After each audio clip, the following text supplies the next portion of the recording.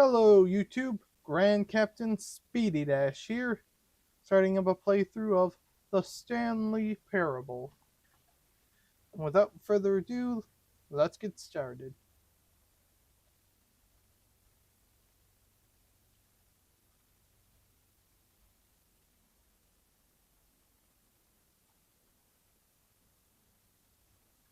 Why is there no sound?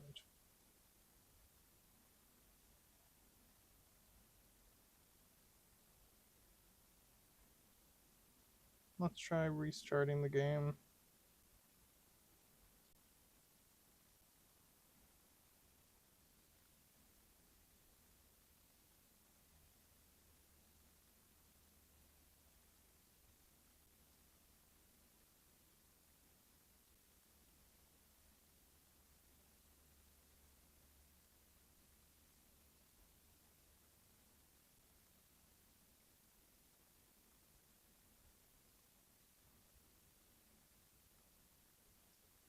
Why is...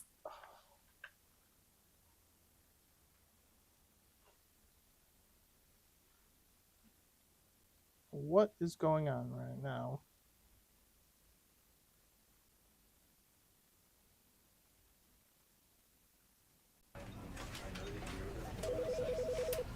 Okay, that time the restart worked.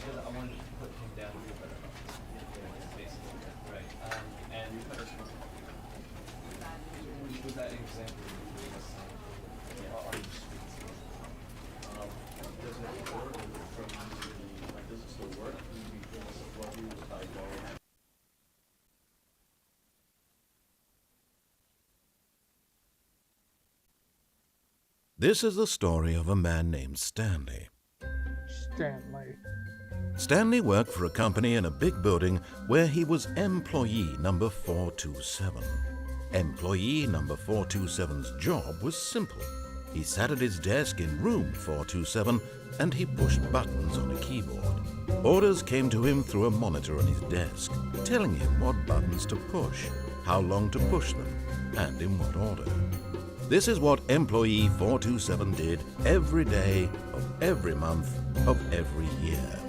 And although others might have considered it soul-rending, Stanley relished every moment that the orders came in, as though he had been made exactly for this job. And Stanley was happy. And then one day, something very peculiar happened. Something that would forever change Stanley. Something he would never quite forget. He had been at his desk for nearly an hour when he realized that not one single order had arrived on the monitor for him to follow. No one had showed up to give him instructions, call a meeting, or even say hi. Never in all his years at the company had this happened, this complete isolation. Something was very clearly wrong. Shocked, frozen solid, Stanley found himself unable to move for the longest time. But as he came to his wits and regained his senses, he got up from his desk and stepped out of his office. All of his co-workers were gone. What could it mean? Stanley decided to go to the meeting room. Perhaps he had simply missed a memo. No matter how hard Stanley looked, he couldn't find a trace of his co-workers. Just a pencil sharpener for that desk.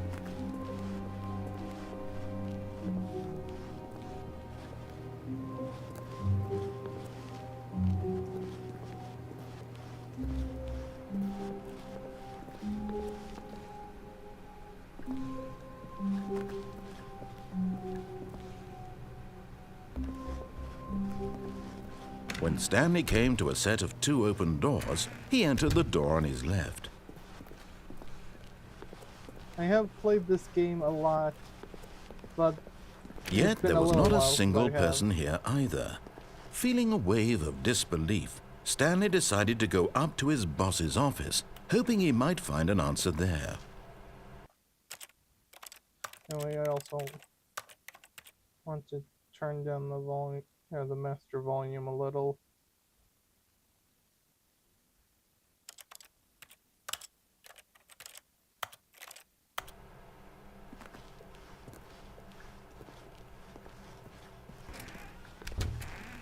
Time to do my favorite ending. Stanley stepped into the broom closet, but there was nothing here, so he turned around and got back on track. And I don't care if any of you find it disturbing. There was nothing here. No choice to make, no path to follow, just an empty broom closet. No reason to still be here.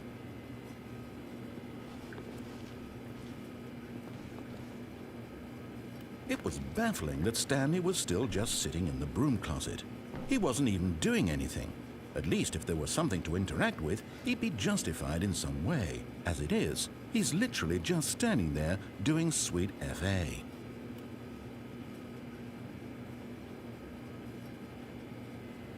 Are you really still in the broom closet? Standing around doing nothing? Why? Please offer me some explanation here. I'm genuinely confused.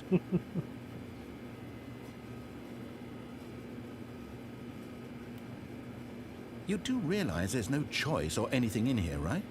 If I'd said Stanley walked past the broom closet, at least you would have had a reason for exploring it to find out.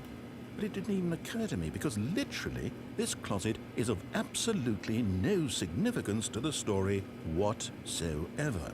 I never would have thought to mention it.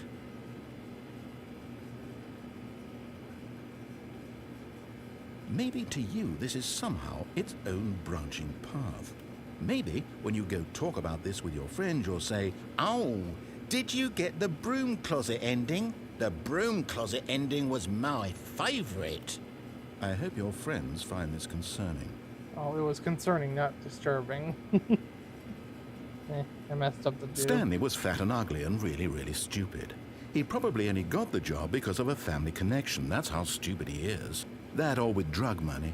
Also, Stanley is addicted to drugs and hookers. Well, I've come to a very definite conclusion about what's going on right now. You're dead. You got to this broom closet, explored it a bit, and were just about to leave because there's nothing here, when a physical malady of some sort shut down your central nervous system and you collapsed on the keyboard. Well, in a situation like this, the responsible thing is to alert someone nearby so as to ensure that your body is taken care of before it begins to decompose. Hello? Anyone who happens to be nearby? The person at this computer is dead. He or she has fallen prey to any number of your countless human physiological vulnerabilities. It's indicative of the long-term sustainability of your species. Please remove their corpse from the area and instruct another human to take their place at the computer, making sure they understand basic first-person video game mechanics and filling them in on the history of narrative tropes in video gaming, so that the irony and insightful commentary of this game is not lost on them. All right, when you've done that, just step out into the hallway. Ah, second player. It's good to have you on board. I guarantee you can't do any worse than the person who came before you. You too? Unbelievable. I'm at the mercy of an entire species of invalids. Perhaps there's a monkey nearby you can hand the controls to. A fish? Fungus? Look, you can hammer out the details. I'm not particularly picky. I'll just be waiting for when you're ready to pick up the story again. I love the broom closet ending.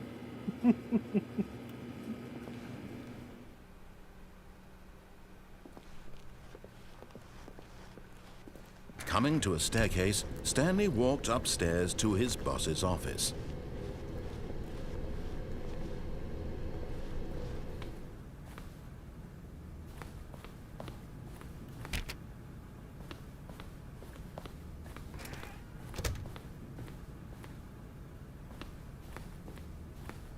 Stepping into his manager's office, Stanley was once again stunned to discover not an indication of any human life.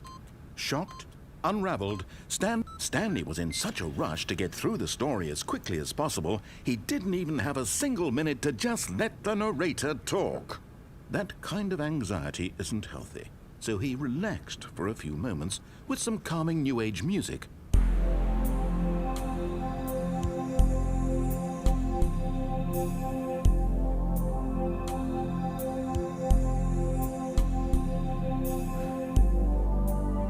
Feeling soothed and rejuvenated, Stanley calmly walked forward into the opened passageway.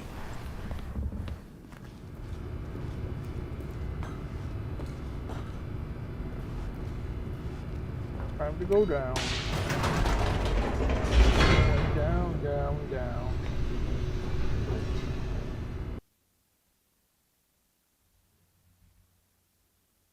Descending deeper into the building, Stanley realized he felt a bit peculiar.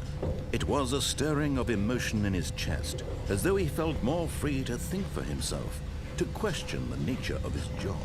Why did he feel this now, when for years it had never occurred to him? This question would not go unanswered for long. Stanley walked straight ahead through the large door that read Mind Control Facility.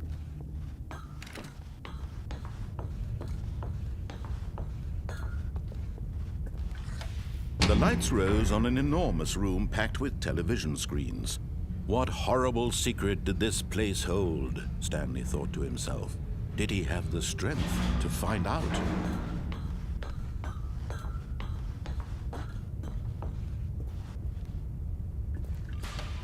Now the monitors jumped to life, their true nature revealed.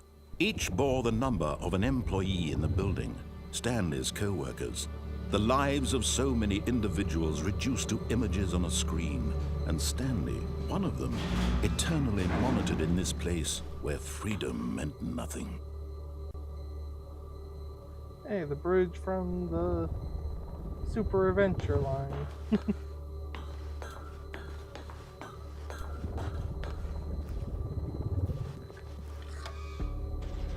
This mind control facility, it was too horrible to believe. It couldn't be true. Had Stanley really been under someone's control all this time? Was this the only reason he was happy with his boring job? That his emotions had been manipulated to accept it blindly? No, he refused to believe it. He couldn't accept it. His own life in someone else's control? Never! It was unthinkable. Wasn't it? Was it even possible? Had he truly spent his entire life utterly blind to the world? But here was the proof, the heart of the operation. Controls labeled with emotions, happy or sad or content. Walking, eating, working, all of it monitored and commanded from this very place. And as the cold reality of his past began to sink in, Stanley decided that this machinery would never again exert its terrible power over another human life. For he would dismantle the controls once and for all.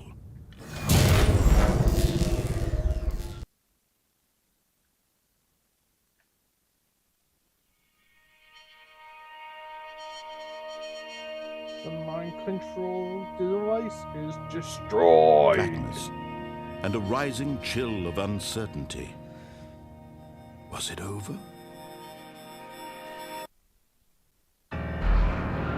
Yes.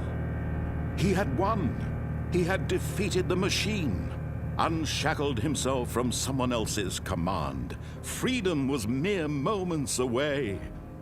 And yet, even as the immense door slowly opened, Stanley reflected on how many puzzles still lay unsolved. Where had his co-workers gone? How had he been freed from the machine's grasp? What other mysteries did this strange building hold? But as sunlight streamed into the chamber, he realized none of this mattered to him, for it was not knowledge or even power that he had been seeking, but happiness.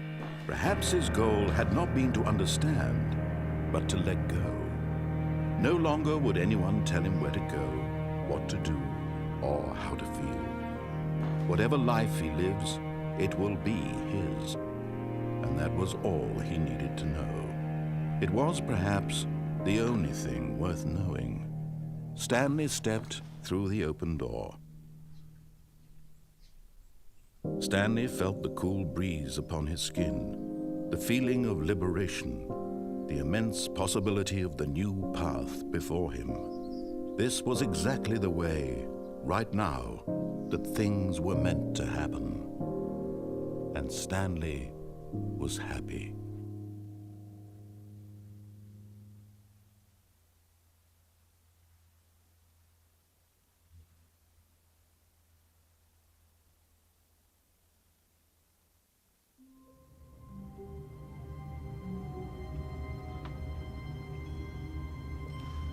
Alright. All of his co-workers were gone. What could it mean? Stanley decided to go to the meeting room. Perhaps he had simply missed a memo. Time to do the other option of the main. When Stanley came to a set of 2 open doors, he entered the door on his left.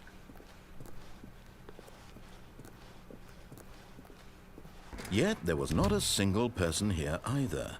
Feeling a wave of disbelief, Stanley decided to go up to his boss's office, hoping he might find an answer there.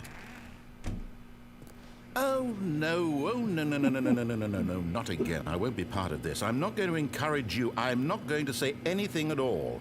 I'm just going to be patient and wait for you to finish whatever it is you enjoy doing so much in this room. Please take your time.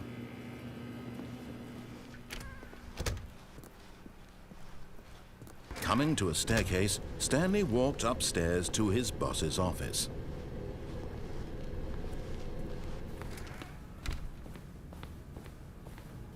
Okay, I think we all know the drill by now. Blah, blah, blah. Dark secrets, the keypad. Stanley pushes some buttons. Oh, hey, look, it's a new passageway. Quelle surprise. I wanted to do fail-safe.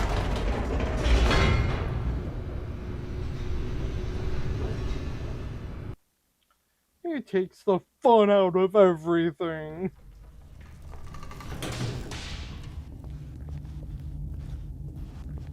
Stanley walked straight ahead through the large door that read Mind Control Facility.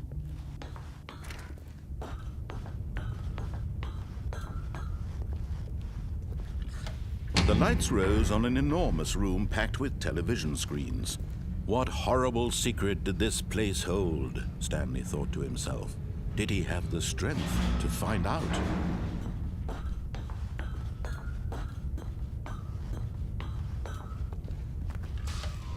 Now the monitors jumped to life, their true nature revealed. Each bore the number of an employee in the building, Stanley's co-workers. The lives of so many individuals reduced to images on a screen, and Stanley, one of them, eternally monitored in this place where freedom meant nothing. This mind control facility, it was too horrible to believe. It couldn't be true. Had Stanley really been under someone's control all this time? Was this the only reason he was happy with his boring job? That his emotions had been manipulated to accept it blindly? No. He refused to believe it. He couldn't accept it. His own life in someone else's control? Never. It was unthinkable, wasn't it? Was it even possible? Had he truly spent his entire life utterly blind to the world? Coast through and get a paycheck. But here was the proof. The heart of the operation. Controls labeled with emotions. Happy, or sad, or content. Walking, eating, working. All of it monitored and commanded from this very place. And as the cold reality of his past began to sink in, Stanley decided that this machinery would never again... Oh, Stanley, you didn't just activate the controls, did you? After they kept you enslaved all these years, you go and you try to take control of the machine for yourself. Is that what you wanted? Control? Oh, Stanley, I applaud your effort, I really do. But you need to understand, there's only so much that machine can do. You were supposed to let it go, turn the controls off, and leave. If you want to throw my story off track, you're going to have to do much better than that.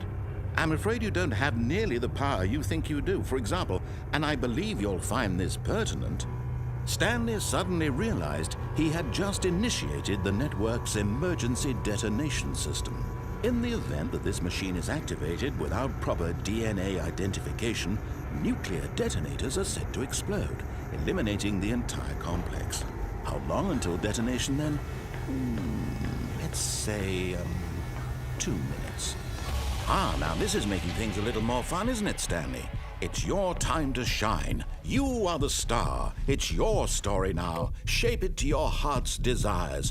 Oh, this is much better than what I had in mind. What a shame we have so little time left to enjoy it. Mere moments until the bomb goes off. But what precious moments each one of them is. More time to talk about you, about me, where we're going, what all this means. I barely know where to start. What's that? You'd like to know where your co-workers are? A moment of solace before you're obliterated? All right, I'm in a good mood. You're gonna die anyway. I'll tell you exactly what happened to them. I erased them. I turned off the machine. I set you free. Of course, that was merely in this instance of the story. Sometimes when I tell it, I simply let you sit there in your office forever, pushing buttons endlessly and then dying alone. Other times, I let the office sink into the ground, swallowing everyone inside, or I let it burn to a crisp. I have to say this, though, this version of events has been rather amusing. Watching you try to make sense of everything and take back the control wrested away from you, it's quite rich. I almost hate to see it go. But I'm sure whatever I come up with on the next go-around will be even better. My goodness, only 34 seconds left. But I'm enjoying this so much. You know what? To hell with it. I'm going to put some extra time on the clock, why not? These are precious additional seconds, Stanley. Time doesn't grow on trees. Oh dear me, what's the matter, Stanley? Is it that you have no idea where you're going or what you're supposed to be doing right now? Or did you just assume when you saw that timer that something in this room was capable of turning it off? I mean, look at you. Running from button to button, screen to screen, clicking on every little thing in this room. These numbered buttons, no, these colored ones, or maybe this big red button, or this door. Everything, anything, something here will save me. Why would you think that, Stanley? That this video game can be beaten? Won? Solved? Do you have any idea what your purpose in this place is? Stanley, you're in for quite a disappointment. But here's a spoiler for you. That timer isn't a catalyst to keep the action moving along. It's just seconds ticking away to your death. You're only still playing instead of watching a cutscene because I want to watch you for every moment that you're powerless. To see you made humble. This is not a challenge. It's a tragedy. You wanted to control this world, that's fine. But I'm going to destroy it first, so you can't. Take a look at the clock, Stanley. That's 30 seconds you have left to struggle. 30 seconds until a big boom and then nothing. No ending here, just you being blown to pieces. Will you cling desperately to your frail life, or will you let it go peacefully? Another choice. Make it count. Or don't. It's all the same to me, all a part of the joke. And believe me, I will be laughing at every second of your inevitable life from the moment we fade in until the moment I say, happily ever up.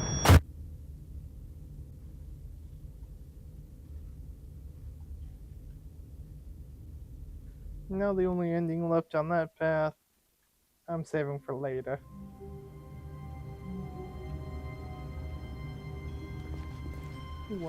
All of his co-workers were gone. What could it mean?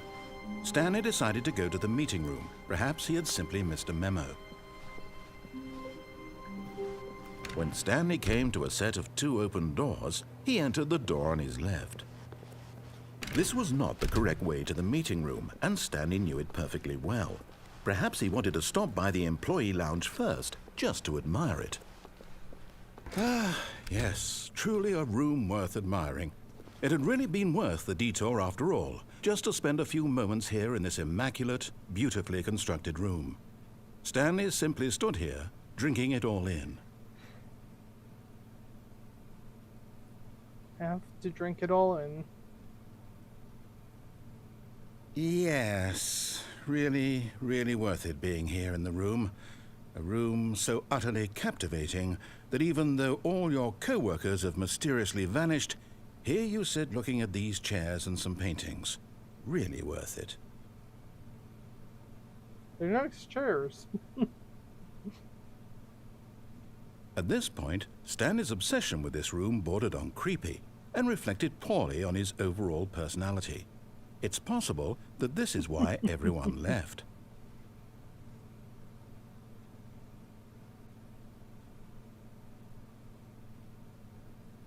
Stanley sat around waiting for more dialogue, but when a long time had passed and there was no more, he decided that the game was trying to send him a message.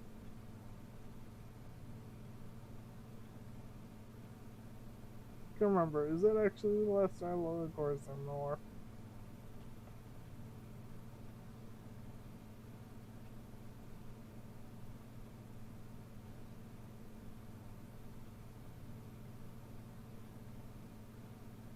Yep, I think that's it.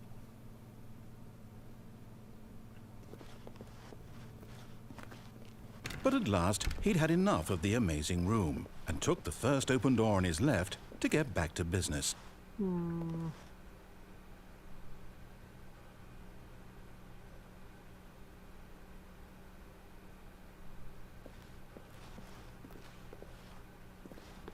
Stanley was so bad at following directions, it's incredible he wasn't fired years ago. Geronimo! But in his eagerness to prove that he is in control of the story and no one gets to tell him what to do, Stanley leapt from the platform and plunged to his death. Good job, Stanley. Everyone thinks you are very powerful. Very powerful indeed. But Stanley simply couldn't handle the pressure. What if he had to make a decision? What if a crucial outcome fell under his responsibility? He had never been trained for that. No. This couldn't go any way except badly.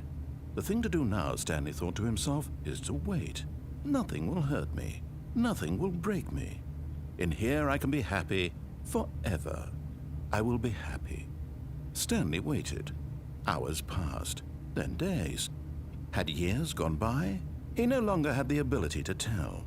But the one thing he knew for sure, beyond any doubt, was that if he waited long enough, the answers would come.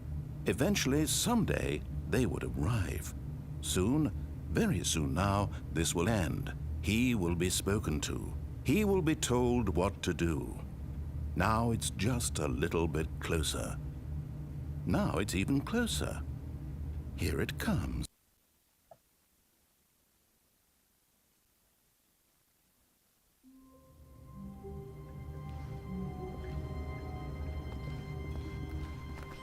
All of his co-workers were gone. What could it mean? Stanley decided to go to the meeting room. Perhaps he had simply missed a memo.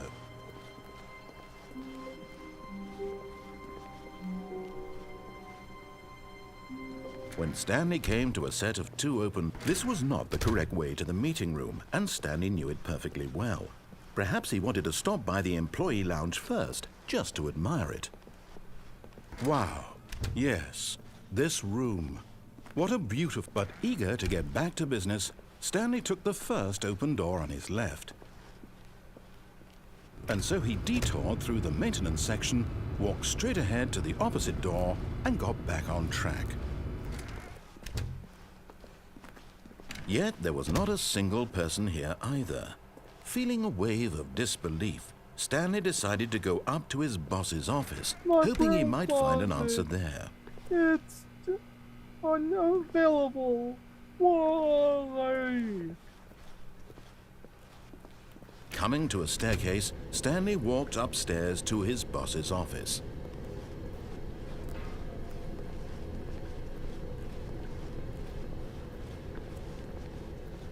But Stanley just couldn't do it. He considered the possibility of facing his boss, admitting he had left his post during work hours. He might be fired for that. And in such a competitive economy, why had he taken that risk? All because he believed everyone had vanished? His boss would think he was crazy. And then something occurred to Stanley. Maybe, he thought to himself, maybe I am crazy. All of my co-workers blinking mysteriously out of existence in a single moment for no reason at all? None of it made any logical sense. And as Stanley pondered this, he began to make other strange observations. For example, why couldn't he see his feet when he looked down? Why did doors close automatically behind him wherever he went? And for that matter, these rooms were starting to look pretty familiar. Were they simply repeating? No, Stanley said to himself, this is all too strange. This can't be real. And at last, he came to the conclusion that had been on the tip of his tongue. He just hadn't found the words for it. "I'm dreaming!" he yelled. "This is all a dream." Oh, what a relief Stanley felt to have finally found an answer, an explanation. His co-workers weren't actually gone. He wasn't going to lose his job. He wasn't crazy after all. And he thought to himself, I suppose I'll wake up soon. I'll have to go back to my boring real-life job pushing buttons. I may as well enjoy this while I'm still lucid. So he imagined himself flying and began to gently float above the ground. Then he imagined himself soaring through space on a magical starfield, and it too appeared. It was so much fun, and Stanley marveled that he had still not woken up. How was he remaining so lucid? And then perhaps the strangest question of them all entered Stanley's head. One he was amazed he hadn't asked himself sooner. Why is there a voice in my head dictating everything that I'm doing and thinking? Now the voice was describing itself being considered by Stanley, who found it particularly strange. I'm dreaming about a voice describing me, thinking about how it's describing my thoughts, he thought. And while he thought it all very odd and wondered if this voice spoke to all people in their dreams, the truth was that, of course, this was not a dream. How could it be?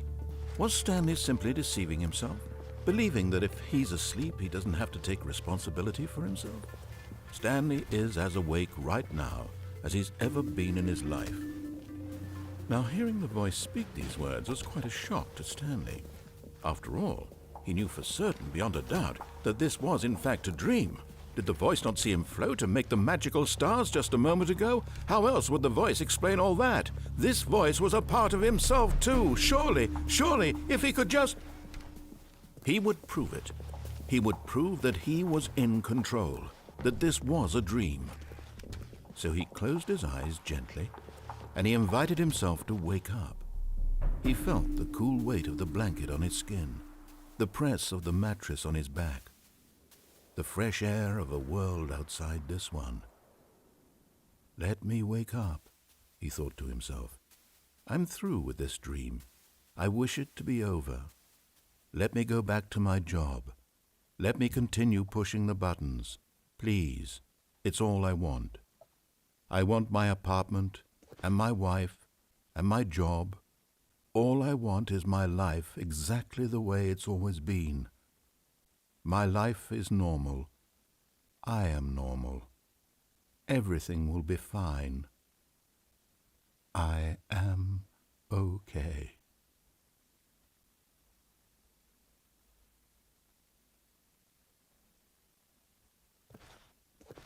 Stanley began screaming. Please, someone, wake me up. My name is Stanley. I have a boss. I have an office. I am real. Please, just someone tell me I am real. I must be real. I must be. Can anyone hear my voice? Who am I? Who am I? And everything went black.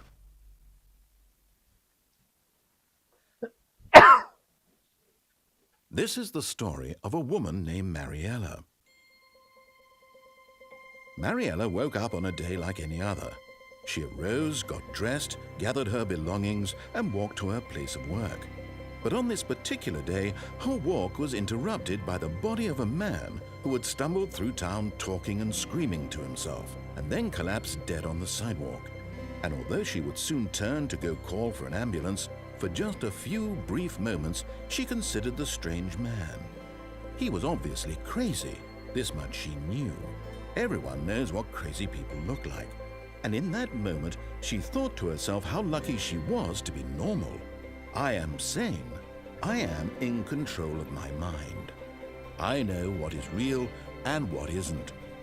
It was comforting to think this, and in a certain way, seeing this man made her feel better. But then she remembered the meeting she had scheduled for that day. The very important people whose impressions of her would affect her career, and by extension, the rest of her life. She had no time for this, so it was only a moment that she stood there, staring down at the body. And then she turned and ran.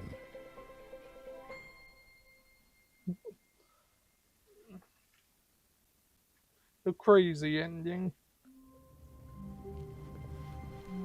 Wait, Stanley thought to himself. Am I sure that the orders stopped coming in? How is that possible? They never stopped. Surely I was mistaken.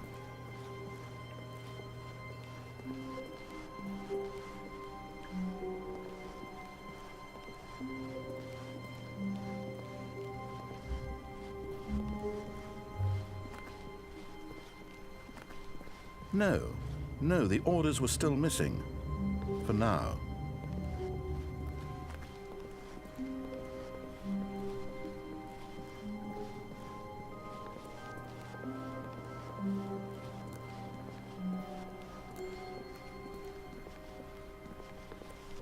When Stanley came to a set of 2 open doors, he entered the door on his left. This was not the correct way to the meeting room, and Stanley knew it perfectly well. Perhaps he wanted to stop by the employee lounge first, just to admire it. The lounge was sublime, a work of art. But eager to get back to business, Stanley took the first open door on his left. Stanley was so bad at following directions, it's incredible he wasn't fired years ago. Look, Stanley, I think perhaps we've gotten off on the wrong foot here. I'm not your enemy, really, I'm not. I realize that investing your trust in someone else can be difficult, but What? Really? I was in the middle of something. Do you have zero consideration for others? Are you that convinced that I want something bad to happen to you? Why, I don't know how to convince you of this, but I really do want to help you, to show you something beautiful. Look, let me prove it. Let me prove that I'm on your side. Give me a chance.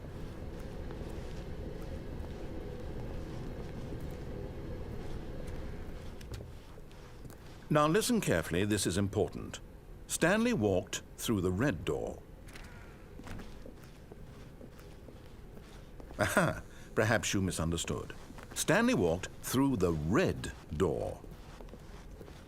I still don't think we're communicating properly. Stanley walked through the red door. Right, fine, go ahead, Stanley. You want to know so badly what's out there? You want to find out what lies at the end of this road you've chosen? Well, don't let me stop you. You see? There's nothing here. I haven't even finished building this section of the map, because you were never supposed to be here in the first place. Broken rooms, exposed developer textures. Is this what you had wanted? Was it worth ruining the entire story I had written out specifically for you? Do you not think I put a lot of time into that? Because I did. And in the end, it was all for nothing, because this is what you wanted to see. Help me here, Stanley. Help elucidate these strange and unknowable desires of yours. What would have made this game better? What did you want to see? Vehicles? Skill trees? Work with me. You've given me absolutely nothing so far. Tell you what, let me take a stab in the dark at a new design, and you can give me some feedback. There we go. A third option. This already feels leaps ahead of where we were before. Go ahead, Stanley. Take it for a spin. Okay, I'm going to stop you there. Now, tell me about your experience with this new version. Would you say that the game benefited from allowing you more choices? Feel free to be honest. I'm looking for some real critical feedback here. I think I'll go with A 1. 1? I mean, I can understand if you had reservations, you saw ways the game could be improved to more fully express itself mechanically and artistically, but a 1? That's not even helpful. What am I supposed to do with that? But I guess it isn't my place to judge. Here, based on the data from your previous playthrough, I've compiled a new version. And to be perfectly candid, I think I've knocked it out of the park with this one. Let's take a look.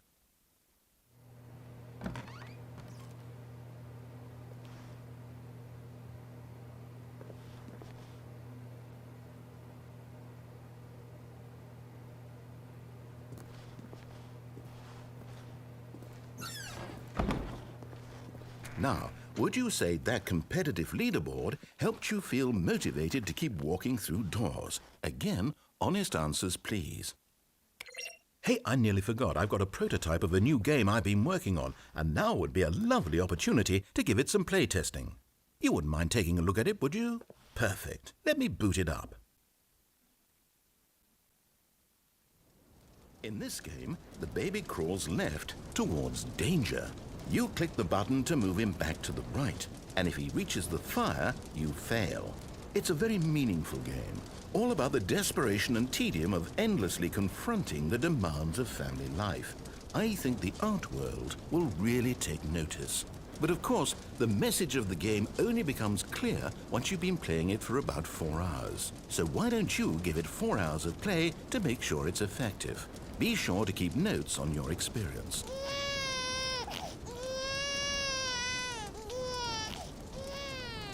You heartless bastard. Did you do it because you hate babies or purely to spite me? Because if it's the latter, well, I don't know what to do. I'm completely out of ideas. I can't think of a single thing that might improve the experience for me. I'm not even going to try. I'm out, I'm done. It's over. Thank you for playing. Your input was extremely valuable. Oh, hey, since my game was so awful, why don't we play someone else's game, just to ease the pain? Let's see. What do we have here? Yes, this seems like it'll work. Let's give it a shot.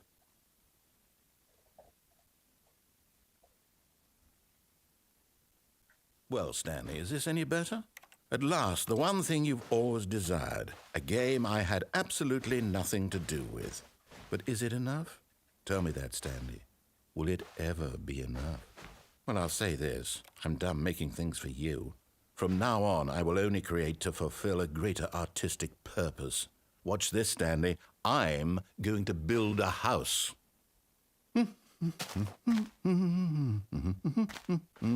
This will go here, no, here, and then...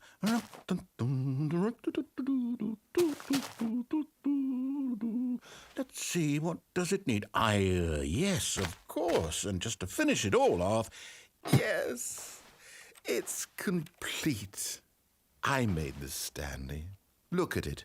Gaze upon my work of art and feel ashamed at your own inadequacy. Ah, but you've only seen it from the outside. You've only gotten half the experience. Please, step inside and make yourself comfortable. Isn't it grand? Isn't it perfect? It could only be better if... Wait, that's it. We must rebuild it out of diamond. Diamond everything. Yes. Come along, Stanley. We have to go mining.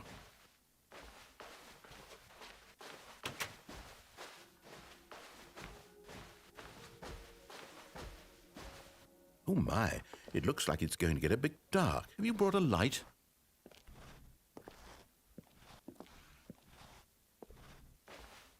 Oh, no. This is far more open-ended than I had in mind. I'm looking for something more narrow and linear. Something that makes you feel utterly irrelevant. This won't do at all. 1 out of 5. Even the diamonds couldn't save this one. Okay, new game. And our next game is...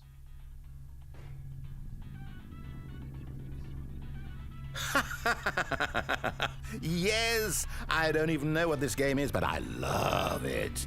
You, trapped in a glass box with no way out, listening to me talk. Oh, it's inspired. I couldn't have done it any better myself. What is this game even supposed to be? I can't figure it out.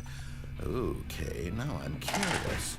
Let's go find out what the hell this is.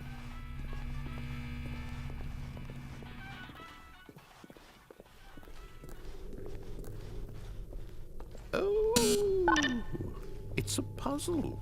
Critical thinking, Stanley. Your forte.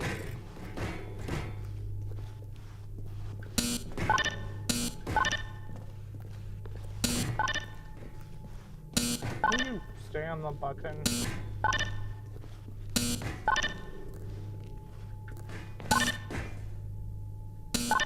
Genius. No, actually, you know what? I think that's plenty. I really don't care much to see you stumble through.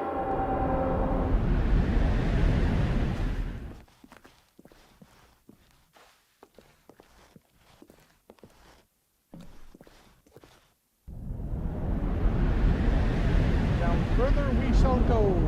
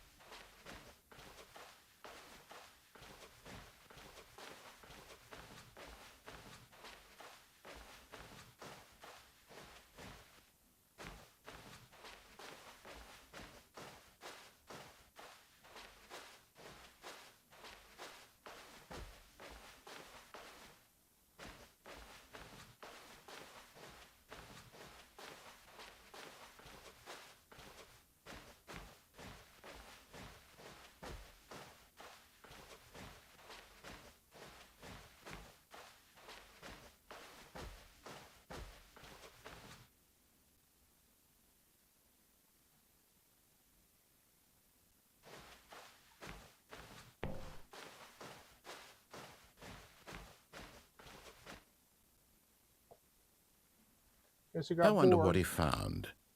If what he wanted was to be the leading man in his own story, well, perhaps he's gotten it, down in wherever he is right now. I wonder if he's happy with his choice, and if he's learned the heavy cost that comes with it. I He'll think he's understand happy. soon what I was trying to tell him. He needs me. Someone who will wrap everything up at the end, to make sense out of the chaos and the fear and the confusion. That's who I am. That is what I mean to this world. So you take the fun out of everything? Yes, I'll be back. There's no other way. Once this ends, after it all comes to a close, then I'll be back. The end will be here soon. Very soon. I can wait.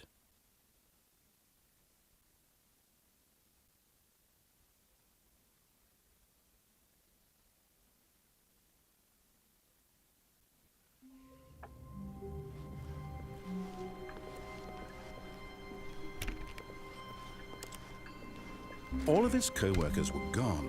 What could it mean? Stanley decided to go to the meeting room. Perhaps he had simply missed a memo.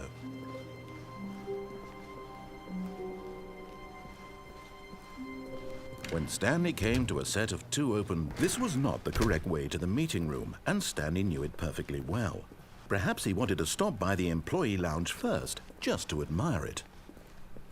Standing now in this incredible room, Stanley for the first, but eager to get back to business, Stanley took the first open door on his left.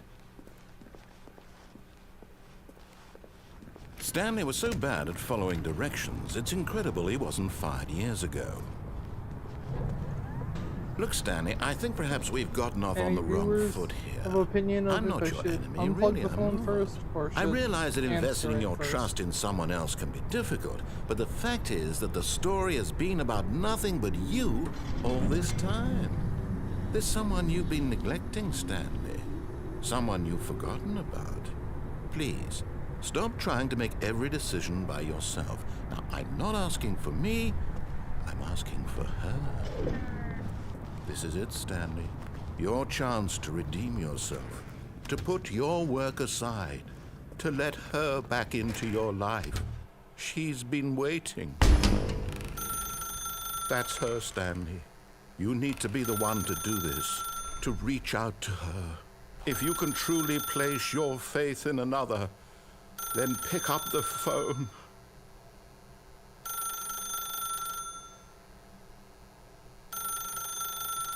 Is there anything for just letting the phone ring?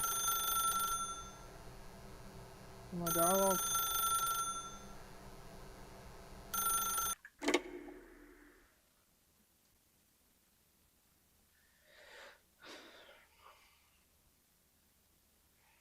Oh, Stanley, is that you?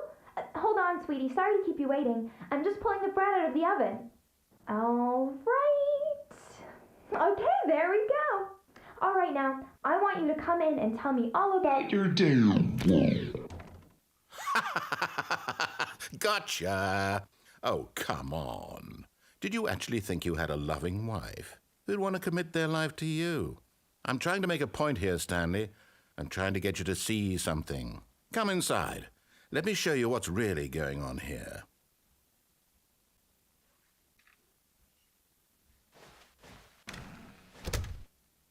This is a very sad story about the death of a man named Stanley.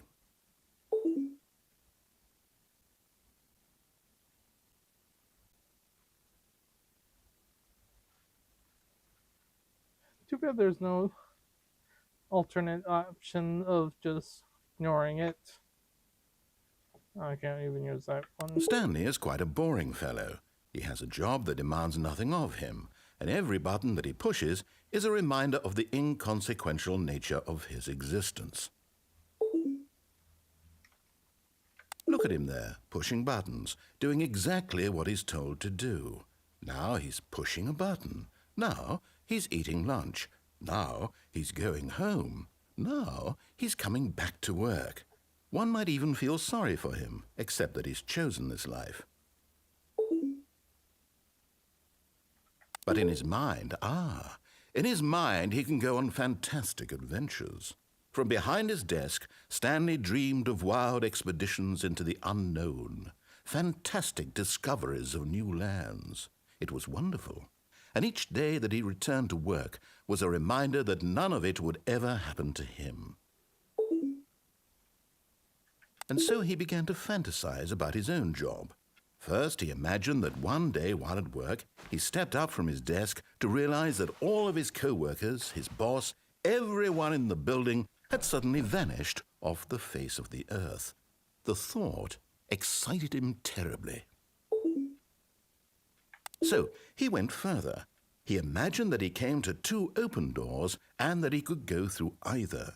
At last, choice. It barely even mattered what lay behind each door. The mere thought that his decisions would mean something was almost too wonderful to behold. As he wandered through this fantasy world, he began to fill it with many possible paths and destinations. Down one path lay an enormous round room with monitors and mind controls. And down another was a yellow line that weaved in many directions. And down another was a game with a baby. And he called it the Stanley Parable.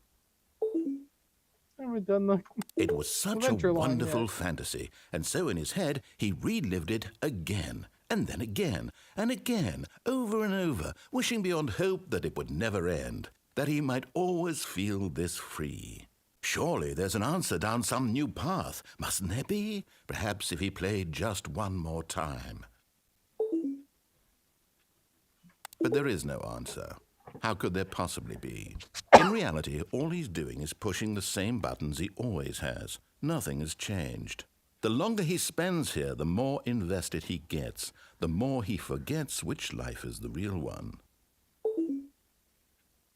And I'm trying to tell him this, that in this world he can never be anything but an observer, that as long as he remains here, he's slowly killing himself. But he won't listen to me. He won't stop. Here, watch this. Stanley, the next time the screen asks you to push a button, do not do it. You see? Can he just not hear me?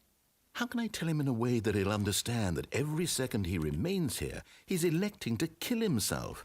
How can I get him to see what I see? How can I make him look at himself? I suppose I can't, not in the way I want him to. But I don't make the rules. I simply play to my intended purpose, the same as Stanley. We're not so different, I suppose. I'll try once more to convey all this to him. I'm compelled to.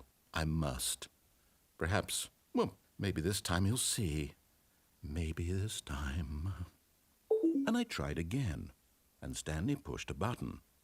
And I tried again, and Stanley pushed a button. And I tried.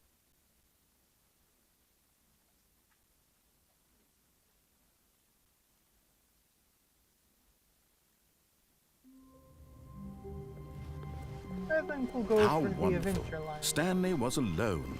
Finally. This is great, he thought to himself. This is what I've wanted all along. I got what I wanted. When Stanley came to a set of 2 open, this was not the correct way to the meeting room, and Stanley knew it perfectly well. Perhaps he wanted to stop by the employee lounge first, just to admire it. Stanley felt lightheaded, butterflies in his stomach, but eager to get back to business, Stanley took the first open door on his left. And so he detoured through the maintenance section, walked straight ahead to the opposite door, and got back on track.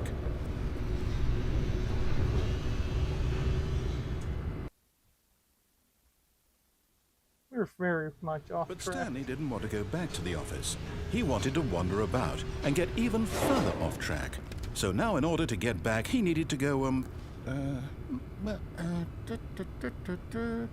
from here it's, left. Oh, no, it's to the right, my mistake. No, not the right. Why would I have ever said it was to the right? What was I thinking? It's clearly... Oh dear, would you hold on for a minute, please? Now, let's see. We went down right, left, down, left, right. Yep, okay, yes.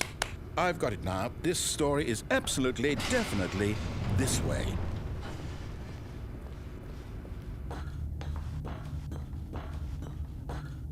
No, no, no, no, no, no, no, no, no. This isn't right at all. You're not supposed to be here yet. This is all a spoiler. Quick, Stanley, close your eyes.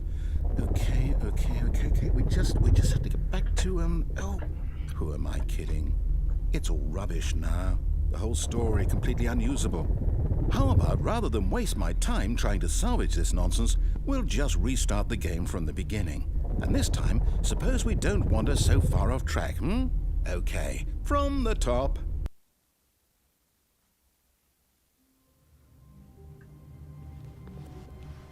All of his co-workers were gone. What could it mean? Stanley decided to go to the meeting room. Perhaps he had simply missed a memo.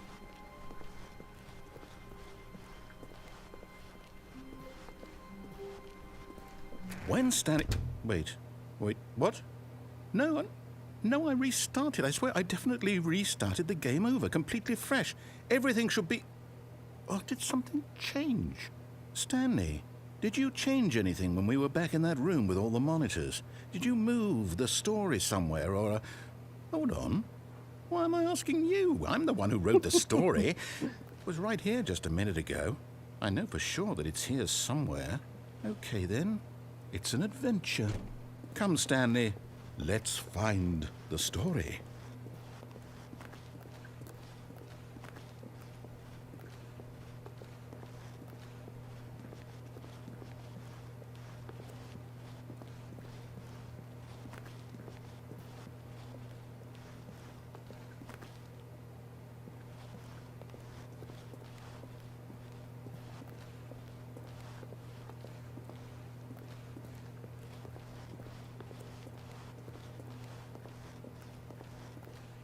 I'll say it. This is the worst adventure I've ever been on. I can promise you there definitely was a story here before. Do we need to restart the game again? Well, I find it unlikely that we'll ever progress by starting over and over again, but it's got to be better than this. Okay, let's give it a shot. Why not? All of his co-workers were gone. What could it mean? Stanley decided to go to the meeting room. Perhaps he had simply missed a memo.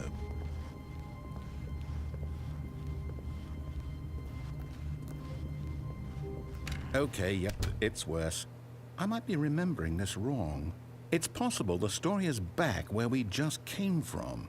Why don't we go back the other direction and see if we missed anything?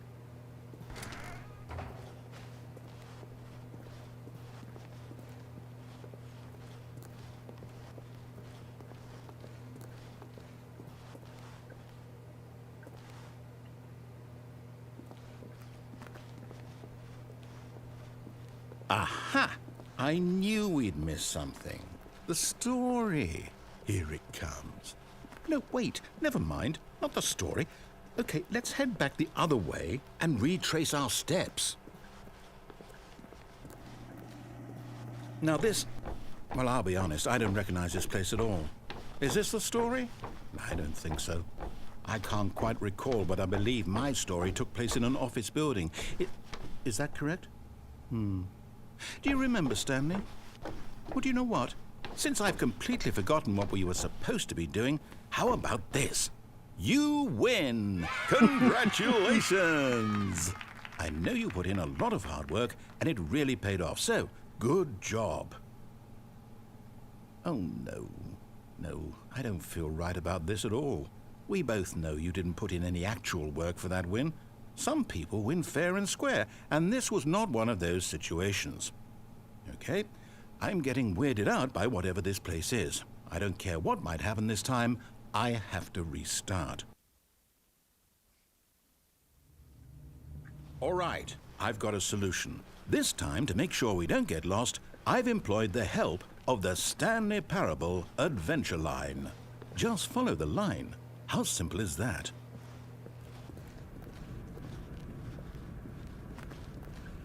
You see, the line knows where the story is. It's over in this direction.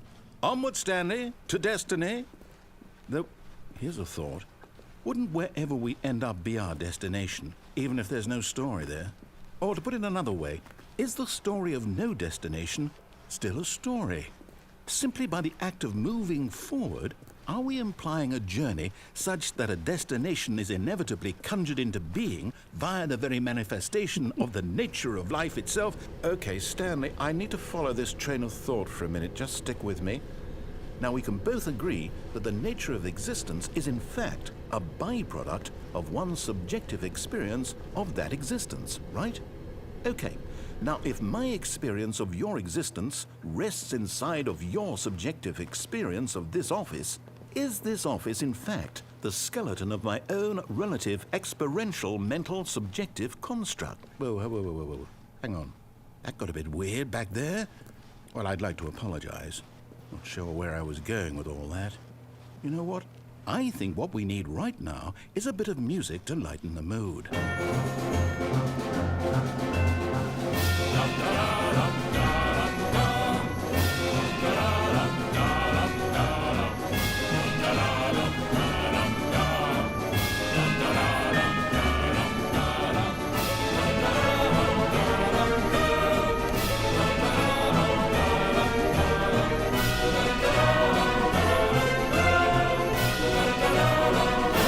Cut the music, go back and look at that fern. Stanley, this fern will be very important later in the story.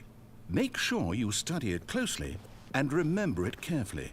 You won't want to miss anything. Wait, what? We're back at the office? No. Line, you do know we're looking for the Stanley Parable, right? The story? Is any of this ringing a bell?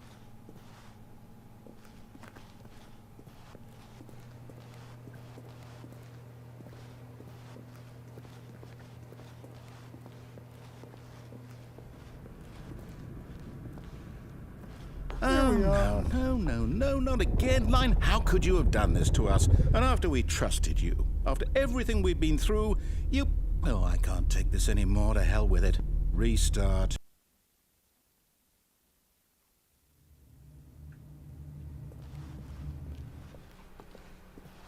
You know what, Stanley? I say forget the adventure line. What's it ever done for us? We're intelligent people, right?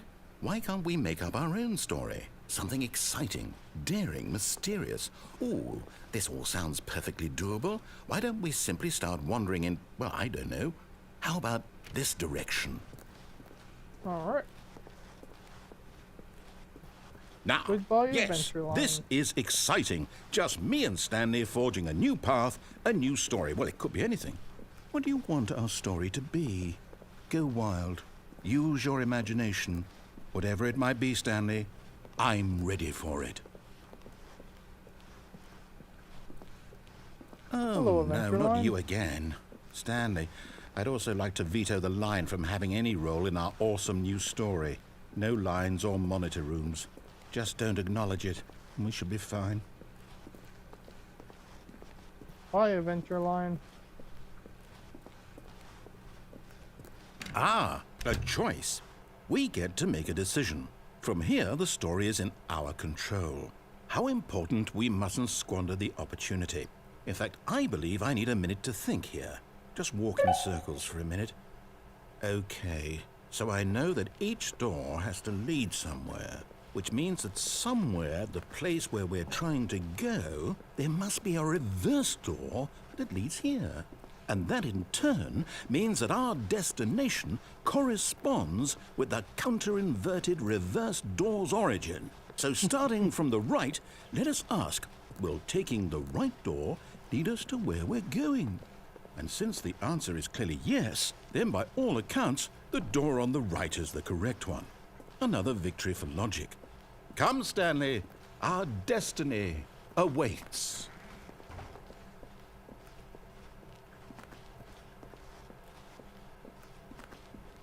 Oh, hold up, what's this? The confusion ending. You're telling me that's what this is? It's all one giant ending? And we're supposed to restart the game, what, eight times? That's really how all this goes? It's all determined? So now, according to the schedule, I restart again. Then what? Am I just supposed to forget? Well, what if I don't want to forget? My mind goes blank simply because it's written here on this thing. wall. Well, who consulted me? Why don't I get to decide?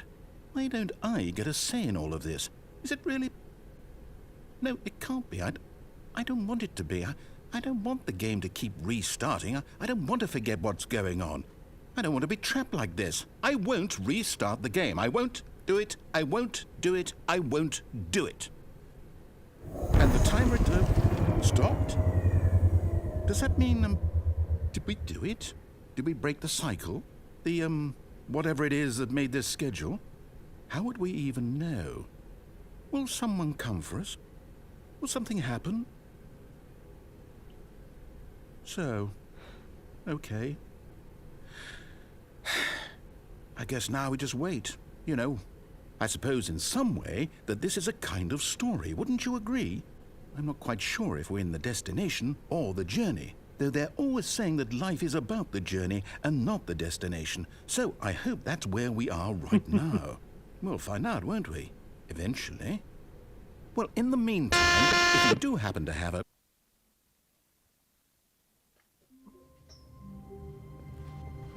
The confusion. All of his co-workers were gone. What could it mean? Stanley decided to go to the meeting room. Perhaps he had simply missed a memo.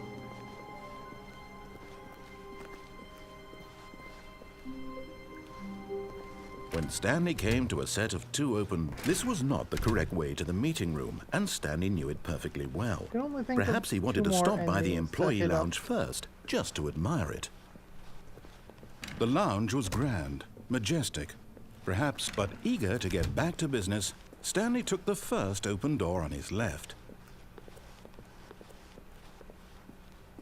Stanley was so bad at following directions, it's incredible he wasn't fired years ago. Look, Stanley, I think perhaps we've gotten off on the wrong foot here. I'm not your enemy, really, I'm not. I realize that investing your trust in someone else can be difficult, but the fact is that the story has been about nothing but you all this time. There's someone you've been neglecting, Stanley. Someone you've forgotten about. Please, stop trying to make every decision by yourself. Now, I'm not asking for me, I'm asking for her. This is it, Stanley. Your chance to redeem yourself, to put your work aside, to let her back into your life. She's been waiting. That's her, Stanley. Oh, no, you can't... Did you just unplug the phone? No, that wasn't supposed to be a choice. How did you do that? You actually chose incorrectly? I didn't even know that was possible. Let me double check. No, it's definitely here, clear as day. Stanley picks up the phone. He's taken to his apartment where he finds his wife, and the two pledge themselves to one another. Music comes in, fade to white, roll credits. Not picking up the phone is actually somehow an incorrect course of action. How is that even possible? None of these decisions were supposed to mean anything. I don't understand. How on earth are you making meaningful choices? What did you... Wait a second. Did I just see... No, that's not possible. I can't believe it. How had I not noticed it sooner? You're not Stanley. You're a real person. I can't believe I was so mistaken. This is why you've been able to make correct and incorrect choices. And to think I've been letting you run around in this game for so long. If you'd made any more wrong choices, you might have negated it entirely. It's as though you completely ignored even the most basic safety protocol for real-world decision-making. Or did you not grasp the severity of the situation? Well, I won't have that kind of risk on my watch.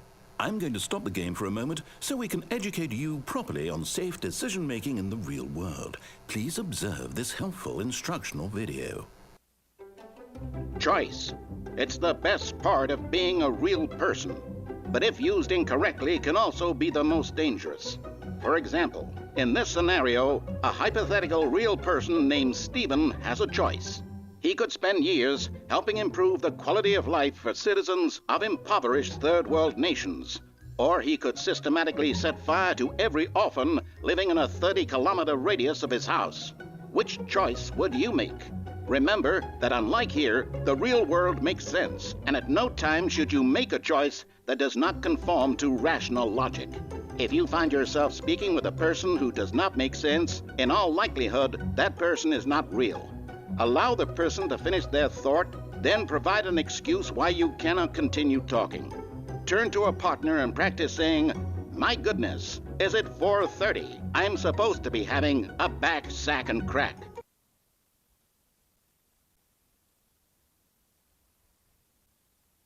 Excellent. Making choices on a regular basis is the best part to a healthy decision-making process. Most medical professionals recommend making at least 8 choices per day. Do you make more than 8? Less? And finally, if you begin to wonder if your choices are actually meaningful and whether you'll ever make a significant contribution to the world, just remember that in the vast infiniteness of space, your thoughts and problems are materially insignificant, and the feeling should subside. At this time, your instructor will guide you in an exercise to test and reinforce the material covered in this video. Time to go fill that test. Ah, welcome back. You may have noticed that this room has begun to deteriorate as a result of narrative contradiction. But not to worry. Now that you're properly informed on good decision-making, we're going to revisit a choice you made just a few minutes ago and see what the correct thing to do would have been. This way, please. Way to hit me in the face with the door.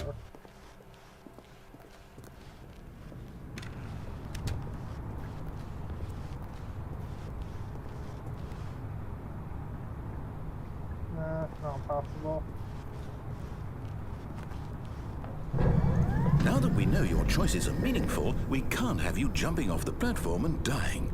Imagine the main character dying senselessly halfway through the story. That story would make no sense at all. We just need to get you home as soon as possible before the narrative contradiction gets any worse. Unfortunately, it seems this place is not well equipped to deal with reality.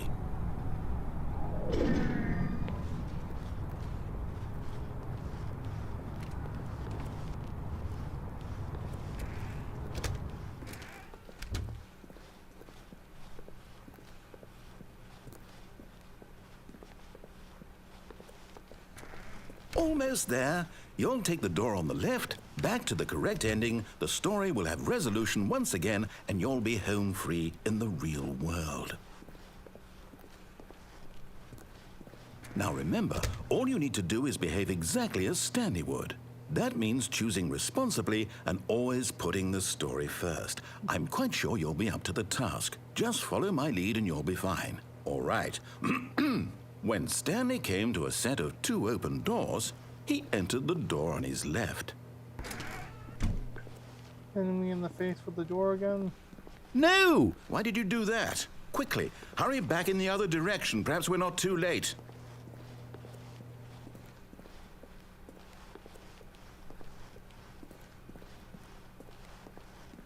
Oh, it's ruined. I can't believe, after everything we talked about, that my story, you've destroyed my work. Why? For what? What did you get out of that? What did you think was so special about seeing the game undone, left here like so much garbage? It's worthless now. And what am I supposed to do? Even if there were a way to continue, would it be worth it? To know that my story is now incorrect? How can I go back to that? I can't erase that knowledge. I'll have to live with it forever, reliving its impossibility forever. I couldn't live that way. Is it better to shut the game down entirely? To willingly destroy all of my work? I don't know. What's the answer? What do I do? What do I do? What do I... No, I have to. I have to shut the game down. I have to. I have to.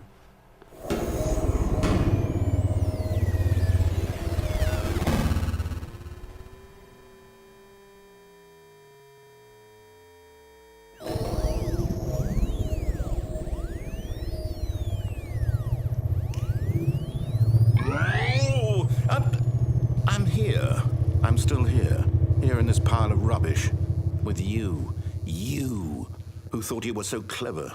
Now look where we are. My entire game is destroyed. It was the only thing in the world that was mine, and you've run it into the ground. What, did you think that would be funny? You just had to see? Didn't I impress upon you how important it was to be like Stanley? He actually knows how to do what I tell him to. He understands that if I say to do something, there's a damn good reason for it. That thought hadn't even occurred to you, had it? That there's a world outside of you? You're a child. Oh, my story. If you'd just gone through the door on the left, you would have seen it. There was a whole underground facility. You would have destroyed it and been victorious. It would have been so perfect. I worked so hard on it. I tried so hard. Behave exactly as Stanley would. That means choosing responsibly and always putting the story first. I'm quite sure you'll be up to the task. Just follow my lead and you'll be fine. All right. When Stanley came to a set of 2 open doors, he entered the door on his left. Then push me out of the way.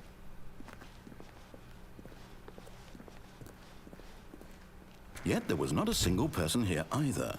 Feeling a wave of disbelief, Stanley decided to go up to his boss's office, hoping he might find an answer It's there. blocked. Coming to a staircase, Stanley walked upstairs to his boss's office.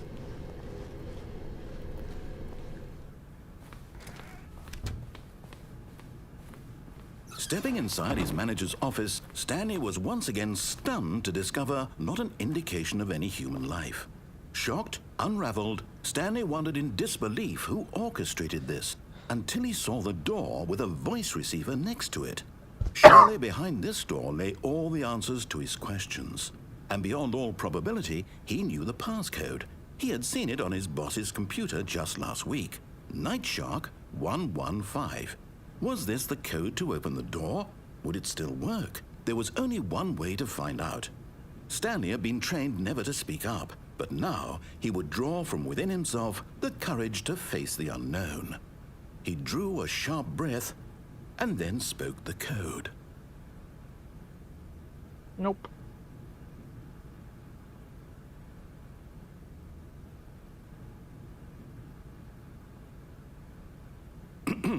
Stanley spoke the code. Night Shark 115. He spoke it into the receiver, right there on the wall. I don't think so. I'm sorry, is there a problem? You didn't mishear me, did you? Please speak the code into the receiver. Otherwise, we can't get on with the story. This is a crucial step. I don't feel like it. Okay, fine. You're not going to do it. But you know what? It's pretty humiliating to bring you this far, only for you to suddenly decide you have better things to do. I asked you for this one single thing, for your respect. The kind of respect Stanley shows for his choices. He knows what it means to take a story seriously. If you didn't want to see what I had to show you, then why did you come here? You had a choice, you know. You could have gone through the door on the right. You could have done whatever the hell you wanted over there. Why did you come this way? Speak. Say something to me. Explain yourself, you coward. When Stanley came to a set of 2 open doors, he entered the door on his left. Stanley? Hello? Are you... Is everything okay? Stanley, please. I need you to make a choice. I need you to walk through the door. Are you listening to me? Can you hear me? Is everything all right? Stanley, this is important. The story needs you. It needs you to make a decision. It cannot exist without you. Do you understand me? Whatever choice you make is just fine. They're both correct. You cannot be wrong here. We can work together. I'll accept whatever you do. I simply need you to take that step forward, please. Choose. Do something. Anything. This is more important than you can ever know. I need this. The story needs it. So, you hear me? Are you there? Are you listening to this? Stanley, are you there? Okay. It's okay, I can wait. You need time to decide. Time to make sure your choice is correct. That is the best choice. That's all right. I'll wait for you to decide what's the right thing to do. Take as much time as you need.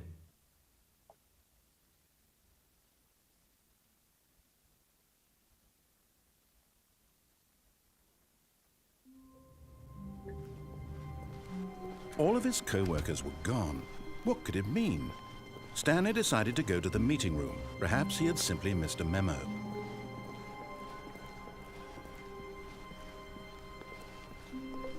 When Stanley came to a set of 2 open doors, he entered the door on his left. This was not the correct way to the meeting room, and Stanley knew it perfectly well. Perhaps he wanted to stop by the employee lounge first, just to admire it. And here it was, the lounge. What a room. But eager to get back to business, Stanley took the first open door on his left. And so he detoured through the maintenance section, walked straight ahead to the opposite door, and got back on track. Yet there was not a single person here either. Feeling a wave of disbelief, Stanley decided to go up to his boss's office, hoping he might find an answer. Coming to a staircase, Stanley walked upstairs to his boss's office.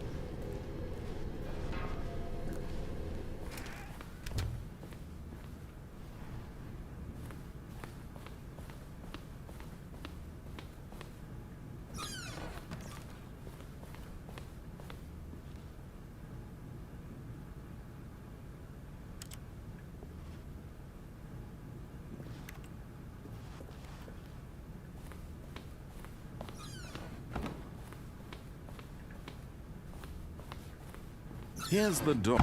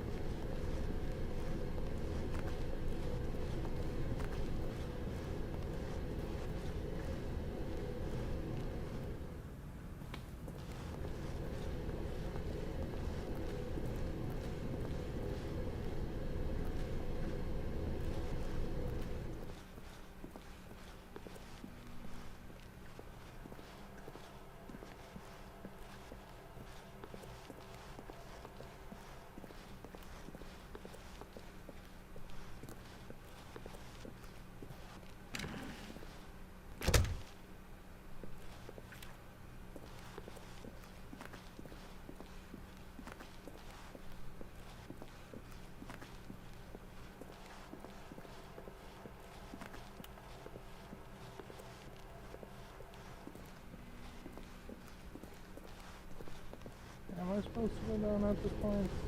Can't remember exactly.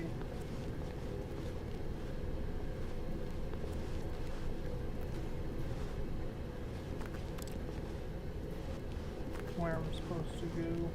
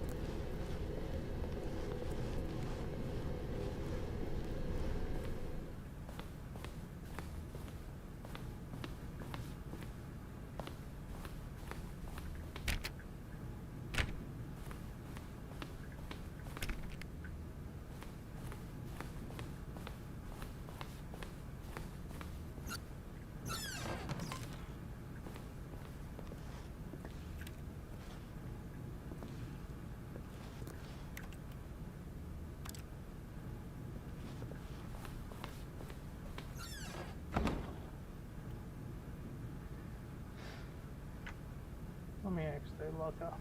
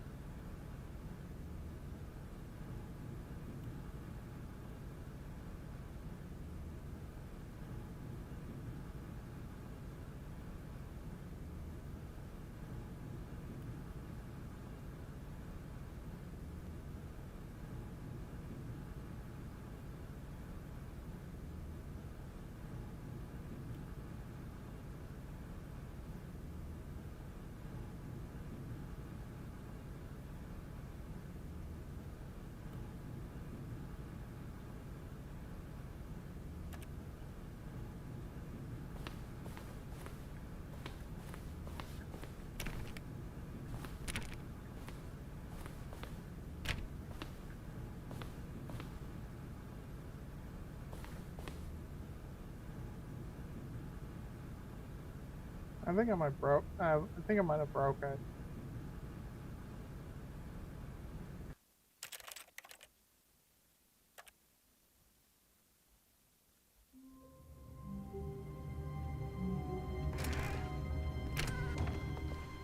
Someone was following Stanley. He was sure of it.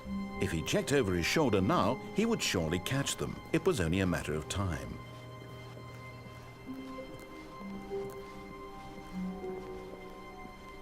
When Stanley came to a set of 2 open doors, he entered the door on his left.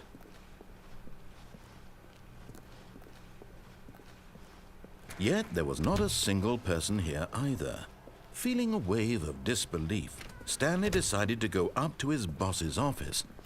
Coming to a staircase, Stanley walked upstairs to his boss's office.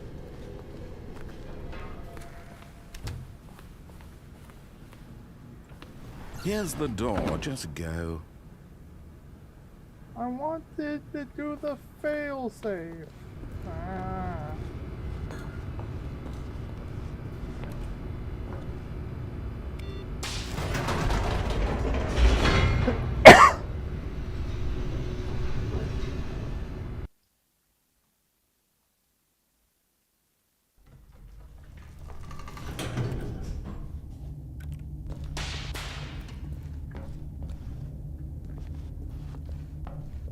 Stanley walked straight ahead through the large door that read Mind Control Facility.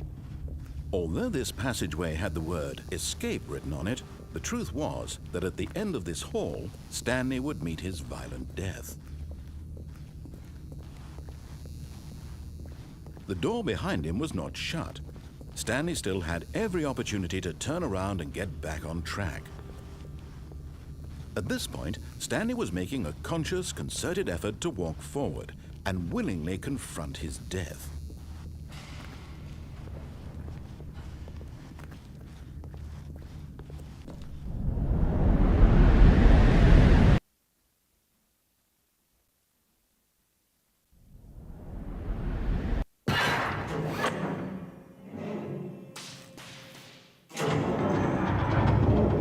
As the machine whirred into motion and Stanley was inched closer and closer to his demise, he reflected that his life had been of no consequence whatsoever.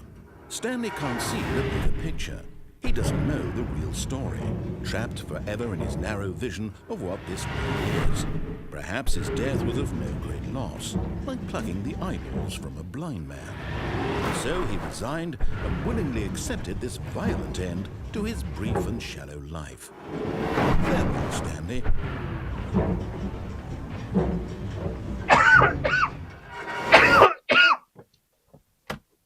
"Farewell, Stanley," cried the narrator, as Stanley was led helplessly into the enormous metal jaws.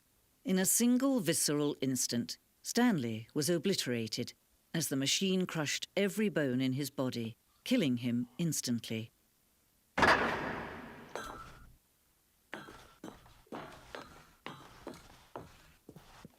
And yet it would be just a few minutes before Stanley would restart the game, back in his office, as alive as ever. What exactly did the narrator think he was going to accomplish? When every path you can walk has been created for you long in advance, death becomes meaningless, making life the same. Do you see now? Do you see that Stanley was already dead from the moment he hit start?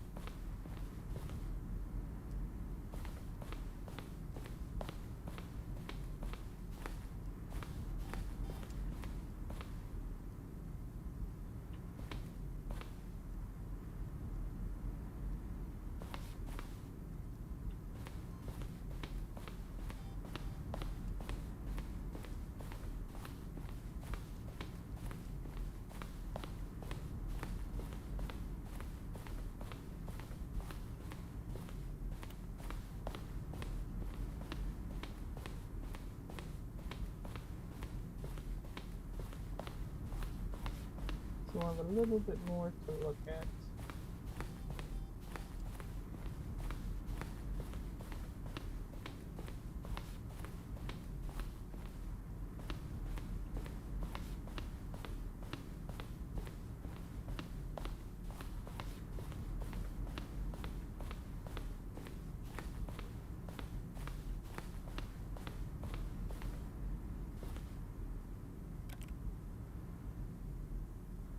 Stanley walked over the bridge.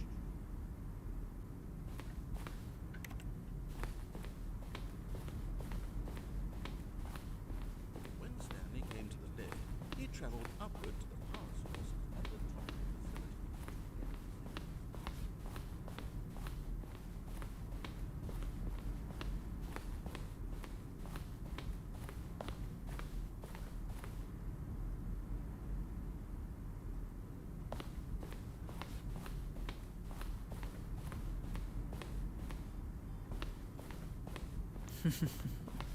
Oh, look at these two. How they wish to destroy one another. How they wish to control one another. How they both wish to be free. Can you see? Can you see how much they need one another? No, perhaps not. Sometimes these things cannot be seen. But listen to me. You can still save those two. You can stop the program before they both fail. Push escape and press quit. There's no other way to beat this game. As long as you move forward, you'll be walking someone else's path. Stop now and it'll be your only true choice. Whatever you do, choose it. Don't let time choose for you. Don't let time...